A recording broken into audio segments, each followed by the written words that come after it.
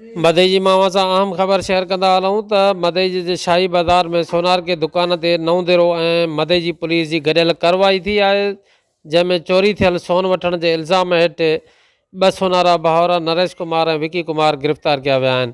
Police पारां चोरी थियल सोन हथ करण जी दावा यादि रहे त नौंदेरो जे रहवासी संगेजा बिरादरी जे घर मां चोरी थी हुई, जंहिंमें घुर्बल जवाबदार कांतेश ओड खे पिणु गिरफ़्तार कयो वियो हुयो। गिरफ़्तार जवाबदार चोरीअ जो एतराफ़ कंदे ॿुधायो त चोरी कयल सोन ॼाणायल सोनारनि खे मूं विकिरो कयो हुयो।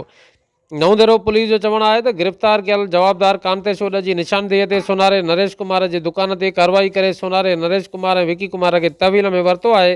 पुलिस तहवील में अचण खां पोइ ॼाणायल सोनारा भाउरनि नरेश कुमार ऐं विकी कुमार पारां बासरनि जी मुदाख़लत बैदि चोरी थियल सोन मां पुलिस खे सोनी चैन झुमक पुलिस खे वापसि कया आहिनि।